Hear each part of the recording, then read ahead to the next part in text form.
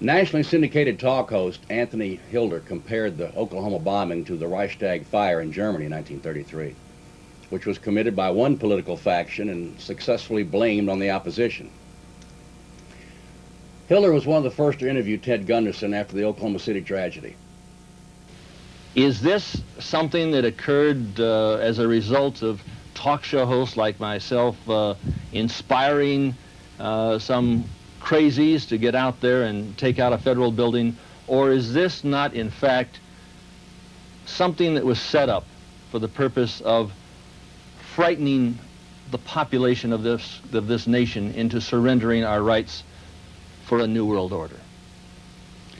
I'll have to say, in all honesty, in all sincerity, there's no question in my mind, and this is my opinion, that an incident occurred or was established or happened that was planned, and the purpose of that was to enrage the American public, and two, to make sure and force Congress to pass anti-terrorism legislation, which we do not need, but which at the same time would imperil our civil liberties and further erode our civil rights and help destroy what we believe in our Constitution.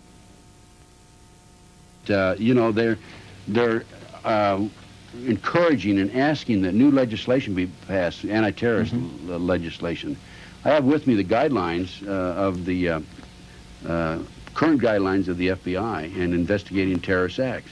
These guidelines are more than adequate to investigate what we have, any potential acts in the future. Will you say that right into the camera? Yeah, these guidelines here are more than adequate to investigate any terrorist group, domestic or foreign, that comes into the United States. There's no question about it. I've reviewed them. I haven't had an opportunity to review these in 15 years. I reviewed them just the other day. They just would work perfectly. There's no problem with it. There's no reason for any new legislation. For nearly 30 years, you were on one side of the fence, and then suddenly you're coming out on the other and actually accusing your former employers. Why are you doing this? For 45 years, 28 years as an FBI agent and 16 years or 15 years since, I've never changed positions. I've always been on the right side. I'm the seeker of the truth. When I was in the FBI, I sought the truth. When I got out, I still seek the truth. So it's not me being against the FBI. I'm against anybody who is not being honest. Ex-Bureau Chief Gunderson fears that certain people in the government are intentionally withholding and diverting information. Now, we apparently have an element within the government. I don't want to chastise the whole government, but we apparently have an element within the government that doesn't feel this way. And they're putting out this disinformation. And I think it's a horrible situation. I think someone needs to really delve into it. There are some good people in the government, too, so I don't want to chastise all of them. You left the FBI at a relatively early age. I would presume you were probably in your 50s after nearly 30 years. Why did you retire so young? Were you under a cloud of any type, or was there some kind of corruption that you couldn't stomach within the FBI at the time? No, I've never been involved in any corruption. Knew of no corruption when I was in the FBI. It was a great organization. I had a fantastic career. I'd get up in the morning and shave, and I'd say, I can't believe they're paying me to go to work today. That sort of thing.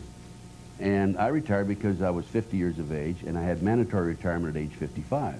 So I said, well, why should I wait another 5 years? I'll get out now. And I did.